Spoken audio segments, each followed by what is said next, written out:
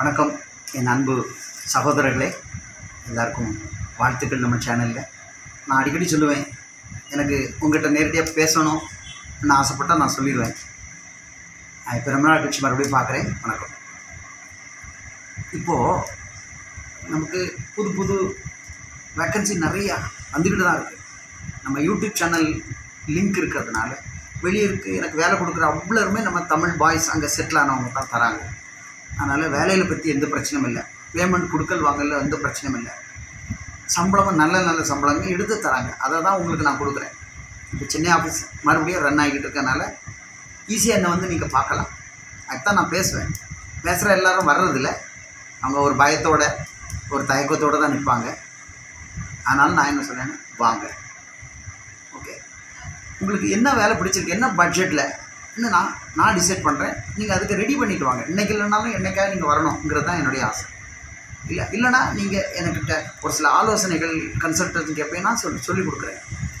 வெளியே இருக்கவங்க ஒரு சில கஷ்டத்தில் இருக்கவங்களுக்கும் நான் என்னால் முடிஞ்ச கன்சல்டேஷன் ஹெல்ப்புகள் பண்ண தான் செய்வேன். இப்போ நல்ல நல்ல வேக்கன்சி வருது. இதுக்கு முன்னாடி எடுத்ததை விட இன்றைக்கி நல்ல சம்பளத்தில் வருது, ரேட்டு கம்மியாக வருது.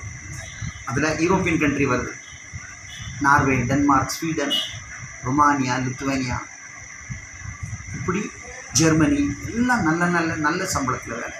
யூரோப் பொறுத்த வரைக்கும் உங்களுக்கு ஸ்டெப் பை ஸ்டெப் பேமெண்ட் இருக்குது இல்லையா? அதை பண்ணுனா தான் அவங்களும் பண்ணி தராங்க. ஓகே, சில இடத்துல விஎஃப்எஸ் அப்பாயின்மெண்ட் கிடைக்க மாட்டேங்குது, ஆனால் பிந்தி கிடைக்குது. சிலது பிளாக்கில் காசு கொடுத்து அப்பாயின்மெண்ட் வாங்கி அடிக்கிறாங்க, கொஞ்சம் டைம் ஆகும். அதை நீங்கள் அனுசரித்து வந்தீங்கன்னா யூரோப்பு பண்ணலாம். ஓகே, சிங்கப்பூர் நான் ரொம்ப நாள் பண்ணல. நல்ல ஒரு நண்பர், அவர் பிஆர், அவங்க சொந்தமாக சிங்கப்பூருக்கு எல்லா சைனீஸ் கொரியன் கம்பெனிக்கு ஆள் கொடுக்குறவர் நம்மகிட்ட வியாபாரம் கொடுத்துருக்காரு. அந்த வீடியோ நீங்கள் பார்ப்பீங்க.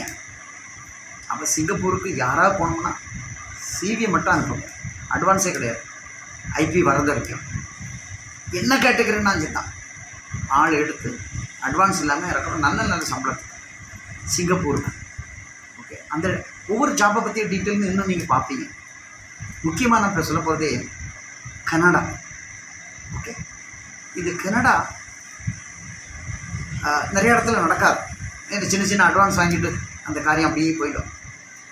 ஆனால் ஐஎல்டிஎஸ் இல்லாமல் எல்லாமே பேஸில் பண்ணுறதுக்கு நமக்கு நல்ல பார்ட்டி கிடச்சிருக்காங்க. அவங்க வந்து கனடியன் கூட நல்ல டைப் பார்ட்னர்ஷிப். இந்த ஹோட்டல் சம்மந்தப்பட்ட ஹோட்டலியர்ஸ், ரெஸ்டாரண்ட்டாக இருக்கட்டும், ஹாஸ்பிட்டாலிட்டி ரிசார்ட்ஸாக இருக்கட்டும், ஃபுட் இண்டஸ்ட்ரீஸாக இருக்கட்டும், அதில் உள்ள எல்லா கேட்டகரி டிகிரி டிப்ளமோ படித்தா ஹோட்டல் இண்டஸ்ட்ரீஸ், அது இல்லாமல் இந்த வேர்ஹவுஸ் ஒர்க்கர்ஸ் அது அதிகமாக கிடைக்குது. Factory workers, general labours, cleaners, garden workers, அதுக்கப்புறம் அக்ரிகல்ச்சர், இதெல்லாம் ஐஎல்டிஎஸ் இல்லாமல் எல்லாமே பேஸில் பண்ணித்தரக்கு ஆளுக்கு. ஆனால் அது ஒரு 3 to 5 months ஆகும். அதில் எந்த மாற்றமும் இல்லை. ஐஎல்டிஎஸ் தேவையில்லை. வயசு மேக்ஸிமம் 50 வரைக்கும் இருக்கலாம். கனடா போகணுங்கிறவங்க கால் பண்ணுங்க. அப்போது இதுக்கு ரேட்டெல்லாம் நம்ம உண்டு, ஃப்ரீ ரெக்ரூட்மெண்ட் இல்லை தான். இல்லை, 2 மெத்தடாக இருக்குது. ஒன்று அட்வான்ஸ் இல்லாமல் எல்லாமே பண்ணி பேமெண்ட் பண்ணிட்டு போகிற மாதிரி இருக்குது, அட்வான்ஸோடு இருக்குது. அட்வான்ஸ்னால் ஸ்டாம்ப் பேப்பர் அக்ரிமெண்ட். அட்வான்ஸே தரமாட்டோம் அப்படின்னாலும் அதுக்கு அக்ரிமெண்ட் தான். அதெல்லாம் விசா முடிஞ்ச பிறகு தருவாங்க. மூணாவது ஒரு ஆப்ஷன், ஒரு பாதி அமௌண்ட் இங்கே கட்டணும், மீதி அமௌண்ட் சேலரியில் 5 மாதம் பிடிக்கிறாங்க. அதாவது ஒரு 1 லட்ச ரூபா மாதம் அப்படின்னு வச்சோம்னா 5 லட்ச ரூபா பிடிப்பாங்க. அப்போ மீதி இங்கே கட்டுற காசு ஓரளவு கம்மியாக தான் இருக்கும். நான் இதை டிஸ்க்ளோஸ் பண்ணலை, ஏன்னா இதில் நிறைய பேர் அந்த ரேட்டு சம்மந்தப்பட்டிருக்காங்க. Option number 1, without advance after visa அப்படியும் பண்ணி போகலாம். அட்வான்ஸ் கொடுத்துட்டு போகும்போது மீதி பண்ணிவிட்டு மீதி ஒரு 5 lakhs அங்கேயே டிஸ்கவுண்ட் பண்ணி டிடெக்ட் பண்ணலாம்.